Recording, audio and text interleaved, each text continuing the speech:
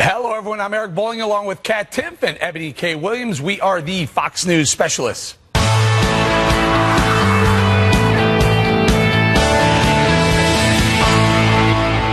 The White House pressing back against the anti-Trump smear campaign, responding this afternoon to new reports about Jared Kushner's alleged role in a proposed communications back channel with Russia during the transition.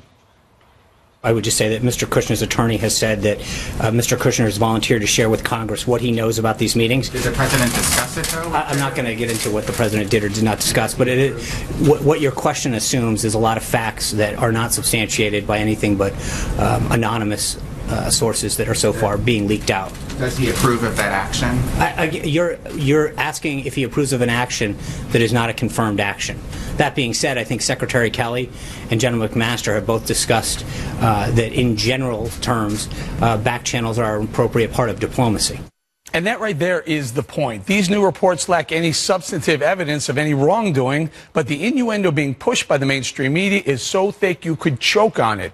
Additionally, Michael Cohen, a longtime personal lawyer to President Trump, confirming to Fox News that he's been asked to provide information to the Senate and House Intel committees over the Russia probe. However, he says he's not cooperating, claiming it's a, quote, total fishing expedition. Now, Kat and Ebony, we're going to get to the whole Russia probe thing, but a couple things happened over the last couple of days I think are more detrimental to America than this whole Russia probe and investigations. On Sunday, Robert De Niro went to Brown University and told these graduating seniors that they're coming out into what he calls a tragic dumbass comedy. Really, that's disturbing. These are our youth. And Kat, yesterday or this morning, TMZ reported that, and I actually saw the video of this, of Kathy Griffin releasing a video shoot where she was actually holding a beheaded President Trump's head in her hand with a bleeding. Saw it. It's disgusting. It's vile. It's awful. But this is the kind of ratchet up rhetoric that the left and the media and Hollywood is willing to do to a Donald Trump. Can you imagine for 5 seconds if that was President Obama's head that someone was holding? No, of course not. Of course not. Of course, Trump has been treated differently. And I don't understand what she was trying to gain from that. What kind of person would think, oh, that's awesome. I don't care if you like Trump or don't like Trump. It was absolutely desperate. Just write a joke. Yeah. You know, write a joke. It's very lazy. Actually, I think that's a really good point. Coming from a comedian, you're right, Kat. Write a joke. Do something that's a little bit creative. And look, Eric, ultimately, you know what? The Dems are going to pay a price if this is all they come up with over the next 18 months, quite frankly. At some point, you have to have a political message that's going to be compelling to the American people. Otherwise, you're going to be looking at a long time of Donald Trump in the White House. And in the meantime, they're going to continue harping on this Russian investigation. But let's meet today's specialist. He's a senior fellow at National Review Institute. He's a contributing editor at the National Review, and he's a former chief assistant U.S. attorney that led the terror prosecution against the blind Sheikh Omar Abdel-Rahman. So he specializes in locking up bad guys. Andrew McCarthy is here. And he received his Ph.D. from Yale University, a former aide to Margaret Thatcher, and he's a former policy advisor to 3 U.S. presidential candidates, but he specializes in foreign policy. Dr. Niall Gardner is here. Andrew, let me start with you. Your thoughts on all this back and forth. You know, you're a prosecutor. Your thought, is there any there? There's no there as far as the collusion conspiracy is concerned, but I think the thing that happened this weekend that's really important that people miss because they're so giddy about this story about Kushner is it blew up the collusion conspiracy. Because if there had actually been a collusion conspiracy, there would already be back channels to Russia. There'd be no reason for Kushner in December, weeks after the election, to need to set up a back channel to Russia had there been one during the campaign. So I know for the moment they're loving the story, but I think it's kind of exploded the story that they've been telling us for 6 months. And now we talked about this yesterday. We were here live yesterday, and we talked a little bit about the fact that under President Obama, there were back channels that were set up with Russia. In fact, John Kerry, as Secretary of State, Obama's Secretary of State, developed those back channels. You can go back through every single president in modern history, and there have been back channels. The Kennedys as well, right? Well, that's right. And certainly the Obama administration went to extraordinary lengths, actually, to appease the Russian government under Vladimir Putin. And the same applied, of course, to the Iranian regime as well. Yet there wasn't the same kind of scrutiny of the Obama administration's actions, actually. And if you look at the Obama track record when it came to dealing with Russia and with Iran, it's really a track record of tremendous appeasement. The same also applied, of course, to Hillary Clinton as well when she was Secretary of State.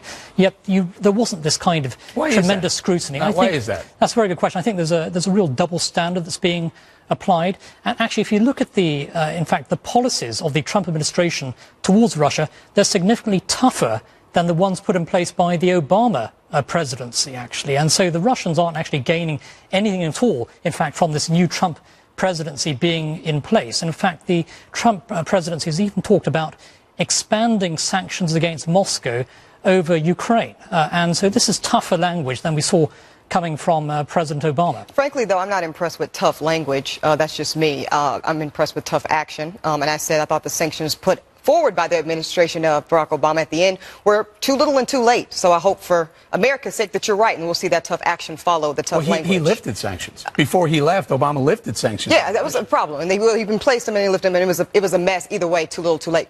I want to speak to Michael Cohen and him not coming forward. I think as lawyers we know, I can't even believe that he was asked, quite frankly, only because I guess they had to, but it's privileged. I mean, certainly most of this information would be privileged, and no lawyer in his right mind ethically would avail and possibly breach that client confidentiality arrangement. Well, this whole thing is kind of like that, right? If you watch the press briefing today, people are asking Sean Spicer questions that they full well know he can't answer. What do you think Donald Trump thinks about this? It's hypotheticals about hypotheticals, right? And it seems more like a kind of conversation you'd have over drinks, like gossiping and chit-chatting with your friends, than a kind of thing that would be televised and that he can really answer. Right, but it's all a charade, though. It's the kind of thing that if you were in a courtroom with a judge, they wouldn't allow it to go on. Exactly. As you know. Inadmissible. Right, because the judge would say, knock it off. Yeah. You know, But also point out the fact that this has been going on for decades.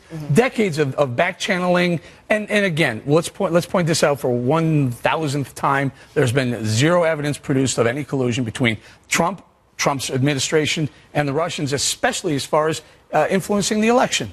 No, there's no there. There hasn't been from the beginning. In the course of this investigation thus far. As long as...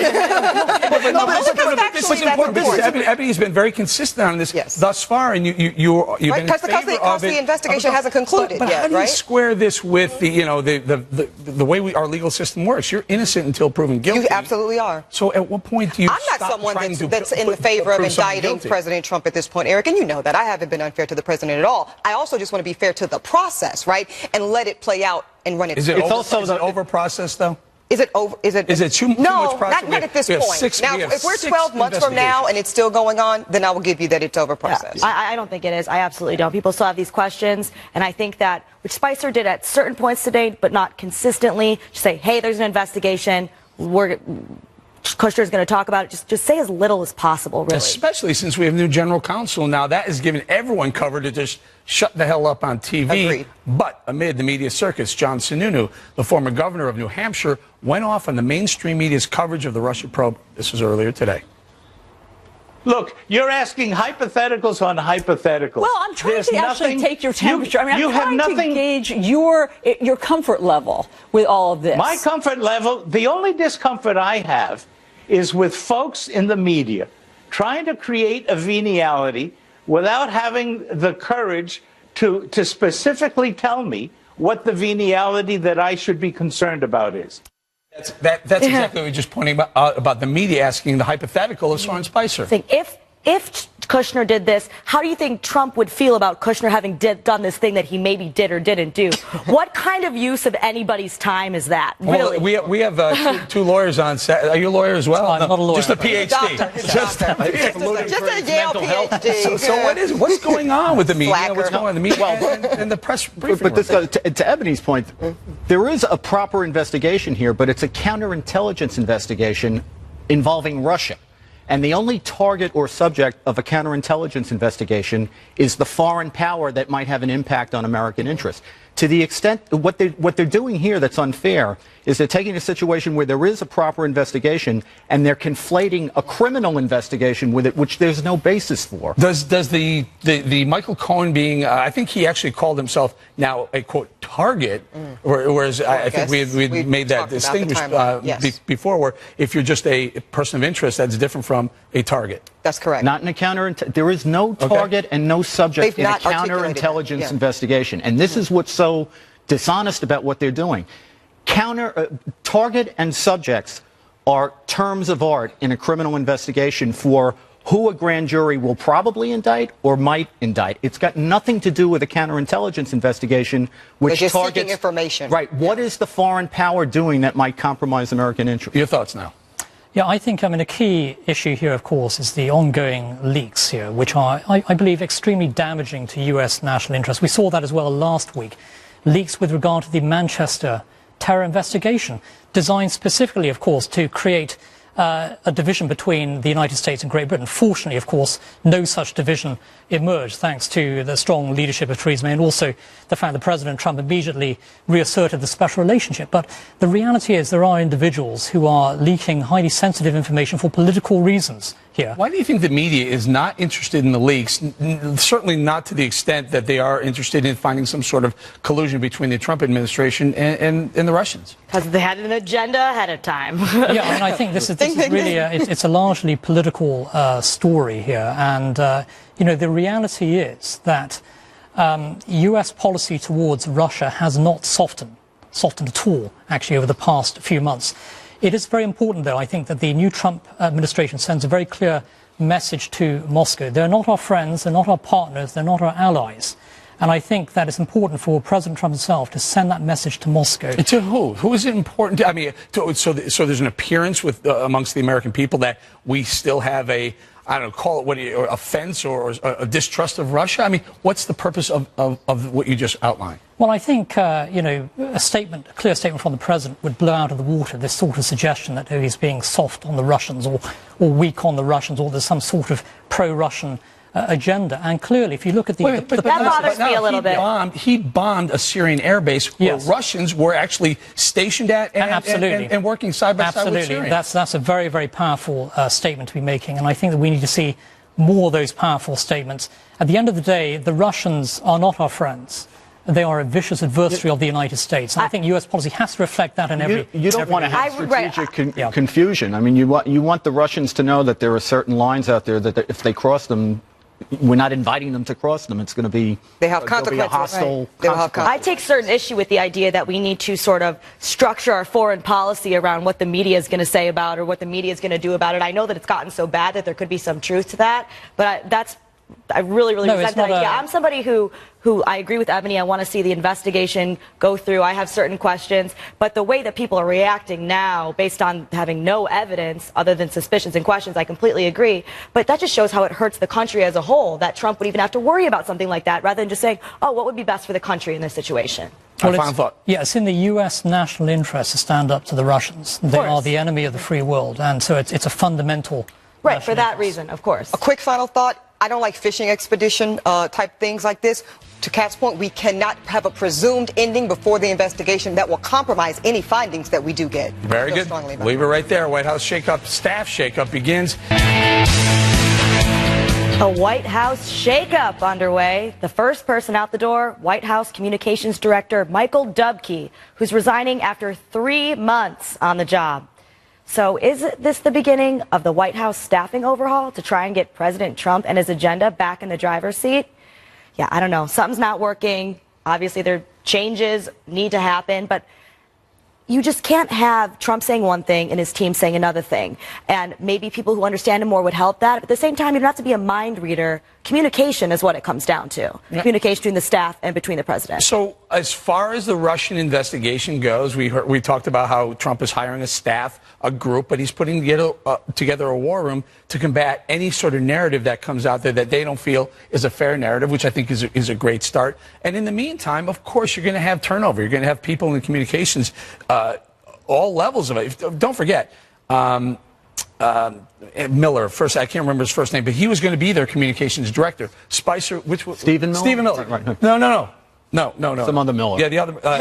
It'll come to me. But Miller's but so Sean Spicer was going to then take that job, and they realized he couldn't do both jobs, so then they brought in Dubke. Dubke apparently didn't like the way the operation was running, so he put in his resignation, I guess, May 18th. Like, 10 days ago. And so now I've said for a long time on this show that the communications department was the first thing that they needed to fix, and I think they're doing that. You've been consistent on that, Eric. Yeah, exactly. The messaging has to be in sync. Despite what you think of it, it has to be in unison. You can't have these not just dual competing narratives, exactly. like what we saw come out of the Comey thing.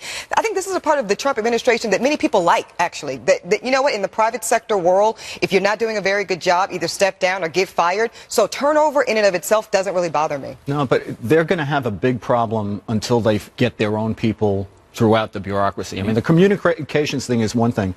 Although, as you say, Kat... I'm sorry, Jason Miller just came to me. Jason Miller, right. But, if they don't get the internals of the messaging right, that's a disaster unto itself. But in terms of moving their agenda forward, if they don't get their own people in the bureaucracy, forget it. Well, that'll help plugging the leaks. That'll certainly help. That's where this whole war room idea is brilliant. You put together, this is what we have, this is what we're going with, and then you put it out to your communications people.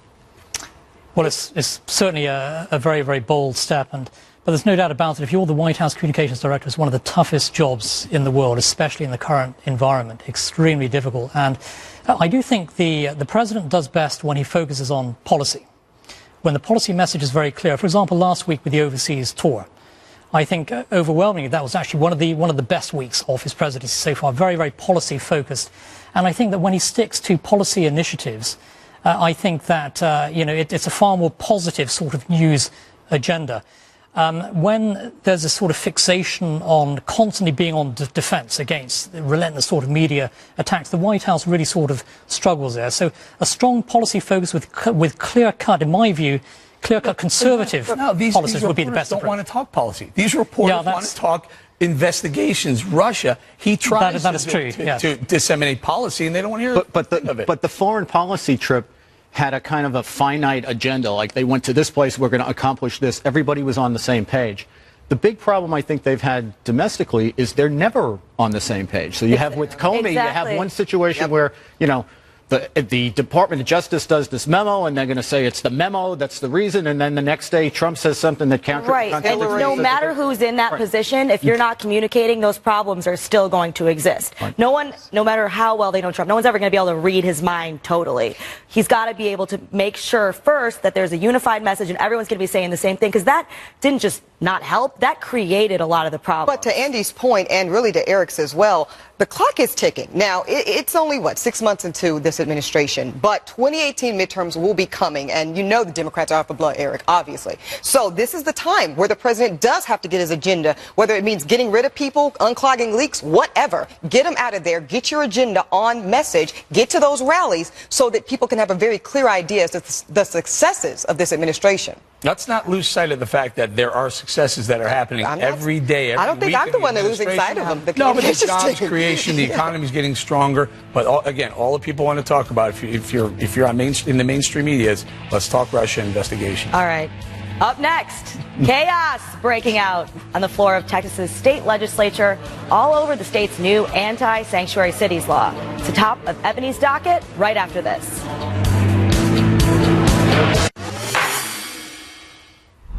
Welcome back to the Fox News Specialist. Now it's time for the docket.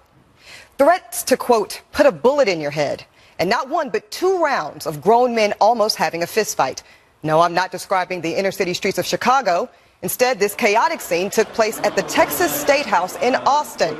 On their final day of session, it seems like all hell broke loose as legislators threatened each other and almost came to blows. Republican Rep. Matt Rinaldi admitted to calling ICE agents on protesters and threatening to shoot Democratic Rep. Pancho Navarez, but allegedly only in self-defense because he was assaulted and Navarez threatened his life. Really, gentlemen? This ridiculous and almost dangerous scenario gives us all a very literal image of just how polarizing and emotionally gripping the debate around illegal immigration in sanctuary cities has gotten. This insanity is a response to Texas's new law, SB 4, which demands that local police chiefs and sheriffs, under even the threat of jail or removal from office, comply with federal requests to hold criminals, suspects for possible deportations. The new law reminds us of a 2010 Arizona, quote, show me your papers measure, which allowed police to ask about a person's immigration status during routine interactions, like traffic stops. By the way, that Arizona law was eventually struck down in court. Now, I don't believe in cherry picking which laws to follow and which ones to disregard based on politics or anything else. The moment you enter our country without following our legal immigration process, you are rightly subjected to deportation. Yes, our immigration system is slow and it's expensive and it's really broken, but two wrongs don't make a right. So you do not get to break our laws without consequence. But this new Texas law, much like the Arizona one before it, triggers big constitutional concerns around our Fourth Amendment protections against unreasonable searches and seizures. Put simply, if skin color becomes the only test for asking for someone's immigration papers, then we are not the land our forefathers intended, and the Constitution isn't worth the piece of paper it's written on. For whichever side of this debate you find yourself, certainly as a civilized society, we are better than our lawmakers acting like criminals themselves. Certainly, we can come up with a safe, constitutional, and legal way to fix our very broken and divisive immigration problem. Counselor, what are your take and prediction around the fate of SB 4? Well, look, my take is that there's absolutely nothing inappropriate about being asked in terms of being identified what your immigration status is. The Supreme Court has held that it's fine. It's not the most intrusive thing, actually, that happens in a lot of interaction with police, so I think people are whipped up about it unnecessarily. It also seems to me that if you don't want to enforce the federal immigration laws, maybe states and localities ought to have some rhythm to be able to do that, but they shouldn't get federal money. That's fair. They're sovereign. They should be able to have some I think, important degree of protection in how they govern themselves. But if they take the federal money, they got to enforce the federal law. I'm coming to you right quick, Eric, on it. But I do want to ask you this. So if it's constitutional in your view, why do you think the Arizona law saw such challenges and ultimately was struck down because it said that it was encroaching on those Fourth Amendment protections? The whole Arizona law was not struck down. Not the whole thing, right, but three-quarters of it. And then there was nothing that the court held that said that you can't ask somebody. So it's not, I don't think it's the asking of the question as I understood the opinion. Right. I think it's how it's implemented. Like so many things, like stop and frisk. It's not unconstitutional on its face either. It's the having the reason to stop and having what's, deemed necessary. Can I jump in here? Go ahead, yes. I love the docket. I understand where you're coming from. I even have a solution which we've talked about. I think there are ways of fixing some of the immigration problem. But you keep applying constitutionality. Let's remind everyone that these are illegal immigrants who come over here. They're not U.S. citizens. Now, they don't get the full They sure don't. the full Monty of constitutional protection. But you know who does? But you know who does, Eric? Black and brown people that are United States citizens. Well, even illegal aliens. If you think somebody's got dope in their house and they're an illegal alien, you don't get to knock the door down. You have to go get a warrant. The due process is one thing. That's the Fourth Amendment. Of course it is, but they don't get Second Amendment protections. There are a lot of them. They don't get to vote. So let's not apply the full Constitution to this group. I hear you, and I wasn't doing that. I'm actually talking about American citizens that might have their Fourth Amendment rights impeached by this. Go ahead. Yeah, absolutely. I don't think she was saying against illegal immigrants, but against people that might have to stop and have their papers. Not necessarily. I think that the point was that it could lead to profiling, where people who are citizens but who are of a certain ethnicity would be targeted for something like this. And also there's constitutional issues when it comes to separation of powers and all of that. I think that when I see something that happened like this in Texas, with a lot of the protesters having signs saying, I'm illegal and I'm staying here and you can't do anything about it. What is with that kind of attitude? And who can justify that as okay? Because there's some of these stories that you'll say, oh, okay, someone who's 26 and came here and he was 12 years old. You're 12 years old and your family's going to the United States, and I can say, no, Mom, I'm not supposed to. You're going to go with your mom because you're 12 years old. But as soon as you take this attitude of, like you said, taunting, what good is that doing? And that does make people angry. Doc, let me get you in on this, because some people do feel like an ends justify the means. And that's why I said in the docket, for me, two wrongs don't make a right. Our immigration system has serious problems, and it's way too hard, I think, for some people to get in here. Not all. But does that make this okay? This type of we're going to bypass it. We're not going to even pretend to follow the law. Well, firstly, I might say, thank God for Governor Abbott and the state of Texas for enforcing the rule of law. Sanctuary cities, the idea that you can have cities that violate the rules of the land, it's just absolutely preposterous, in fact. And I think that it's only right that states crack down on sanctuary cities, and I think Texas is leading the way here. I don't think even in liberal Europe you would have sanctuary cities existing, although you could say, Germany's become a sort of sanctuary country under Angela Merkel. But the idea that, you tolerate the idea of safe havens for illegal immigrants. I think that, that goes against really the very foundations of the United States, based upon the rule of law in this country. You simply cannot tolerate it. Due respect, I'm not with you all the way on that. I mean, the states are sovereign, and that's the way it is in this system. If they want to have a policy that's more open to people of questionable pedigree in terms of their legal right to be here, that's okay with me. I just don't want to pay for it. Yeah, but there are those who say, in your model of that. repair of that is that you pull back federal funds, right? Well, there are people who say that's unconstitutional. Well, that's no, not you can't fair. have both. You have to do one way or the other. I'm on board with you. I agree with you. Here's the other issue we have here. We want states to be. We want to push our laws to the states, right? The way we do with marijuana laws. So you can't also have it both ways. Either you're going to abide by. Those are also competing. Right. Yeah, right now there's a federal, you have to either apply clause. one. I mean, if you're going to break the marijuana laws on a state level or a municipal level, do you also pull back federal funding from these states because they're breaking the marijuana? I say yes, but I'd like to see the federal government doing a lot less, and the states, if they want to have these generous policies, fine, but they pay for them. Don't socialize the cost onto everybody else. These conflicting jurisdictional issues keep coming up. The U.S. conducting its first ever test to shoot down an ICBM missile today. And the military now... Welcome back to the Fox News Specialists. Our specialists today are Andrew McCarthy and Niall Gardner. Now let's continue the conversation. The U.S. military conducting its first ever test to destroy an intercontinental ballistic missile in mid-flight just a short time ago, and the military now declaring it a success.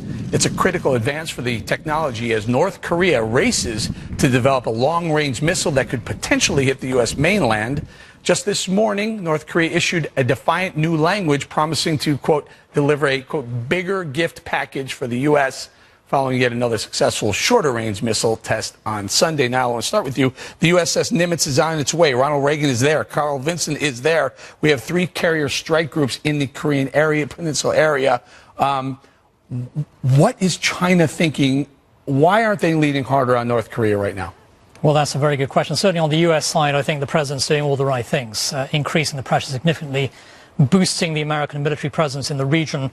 He's also, of course, reaching out to the Chinese here. And China, of course, is very, very slow to move. And they have been very slow to move for many, many years, even decades on the North Korean front. We do need to see more action being taken by Beijing. If they don't, then certainly the United States needs to ramp up these existing sanctions against North Korea and also the military presence in the region.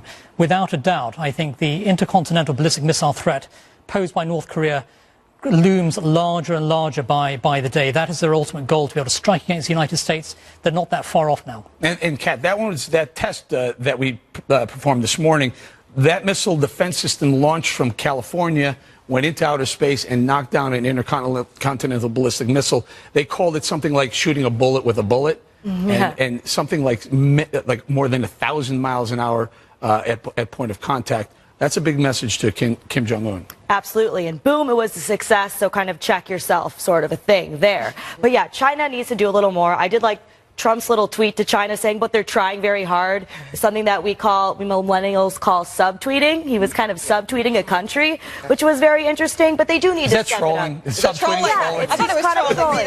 Well, he's sort of, kind of like, hey, he's trolling them. But which is an interesting way to handle it. But everybody was talking about, everyone was paying attention to it because this would be a serious issue for everyone, including China. So I don't really understand it. Like you mentioned yesterday, they'd have a refugee issue. They'd have all kinds of issues. But that's great to see that happened, and whoever is responsible for that should be having a great day and go celebrate and have a drink. And yet this guy, this Kim Jong-un, Ebony, continues to defy America, even defying China. Yeah, he's defying the world at this point, and you talked about it very accurately, Eric. To me, China's got all the incentive in the world to get this right, get aggressive. I don't know what they're waiting on exactly, but what I'm glad to hear is that our government is not waiting, is that we are getting in front of this. We're not being reactive, we're being very proactive, and I'm so happy that this was a success today. Yeah, but let's remember, China regards the United States as a geopolitical enemy, or foe, at least. North Korea is still very useful to them, and part of the reason that they haven't taken action is precisely because they're testing Trump. They have other disputes with us in the region.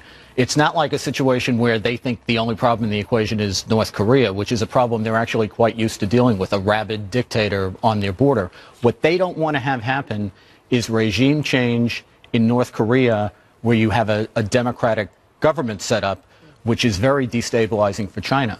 So as long as that dictator is useful to them, he'll be there. Okay. So then let me ask you this. I know we're not supposed to do this. We're probably not even supposed to talk about doing this. But is there some sort of covert action going on right now where Kim Jong-un is taken out? I mean, I expect all sorts of scenarios are being mapped out as they are on so many strategic fronts, actually. You know, with regard to Kim Jong-un, he's a lot more dangerous than his father. And, of course, his father was no saint. You know, Kim Jong-un has conducted actually 3 times as many missile tests as his father did in 18 years.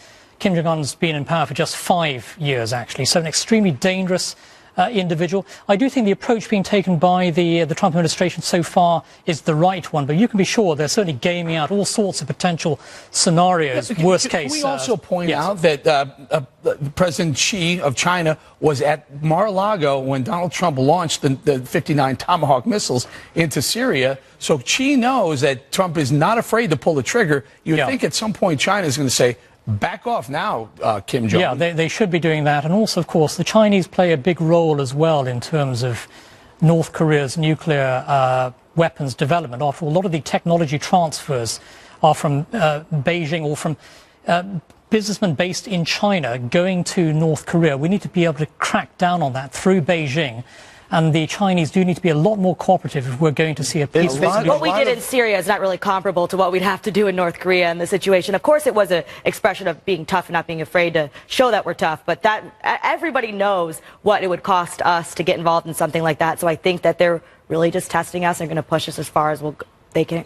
And will China. China will exactly. as well. I was going to say, you think this is China calling President Trump's bluff? China loves to appear like they're being helpful while they're doing nothing, and that's pretty much what they're not doing nothing. They're actually building islands in the South Sea that against international rule. Right. Yeah, all right, we'll leave it right there. That's the trying hard. Portland, Oregon's mayor calls for the shutdown of free speech and anti-Sharia law rallies in the wake of the city's brutal stabbing attack. How is this the end?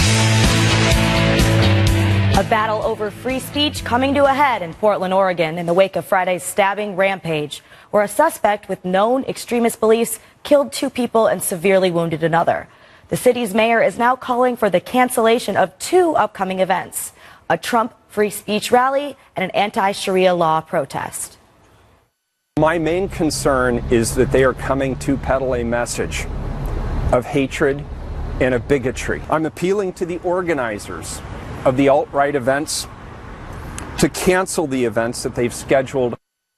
The mayor also writing on his Facebook page, quote, "I'm calling on the federal government to immediately revoke the permits they have issued for the June 4th event and to not issue a permit for the June 10th. Both events take place in a plaza that's on federal land." All right. Yeah, I have just one concern with this guy, just that he's putting his own convenience over the First Amendment. So ideologically, I have a problem with it. And also, logistically, if you're worried about free speech people getting too mad, what you're going to do is take away their speech, and that's going to make it better. I don't see any justification for this. Apple, absolutely. I don't see any justification for this. What's he thinking? You remember, you don't remember, this is before your time, but maybe the late 80s, early 90s, the KKK, as despicable as they are and were allowed to march in Skokie, Illinois, a predominantly Jewish neighborhood. Look. And Kat, you're right. Free speech is protected, even if it's ugly and gross and hateful. And in this case, it's still talking about free speech, and that's what he's shutting down. No, I hear the guy say they're coming here to peddle a message, and the buzzer in my head goes, that's the end of from the First Amendment perspective. Right. He's allowed to come to peddle a message, as long as it's not incitement to crime. Then he can peddle the message. So I, as I'm sure everyone at this table, abhors what happened in Portland and the tremendous, horrible violence that took place. You know what, Eric, to your example, that must have been around my time. I actually, as an undergrad at UNC, went and protested the KKK, our black student movement. Good for you. We peacefully went and protested because we wanted to engage in a dialogue and in that type of intellectual thought.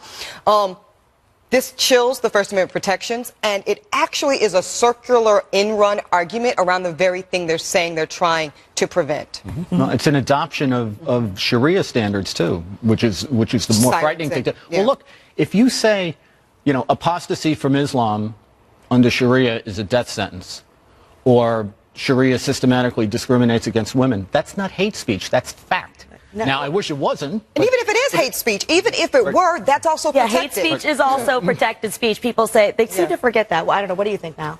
Well, I think the First Amendment is sacrosanct, and, you know, you have to defend freedom of speech. And once you're on the slippery path of suppressing free speech, that's a path to totalitarianism.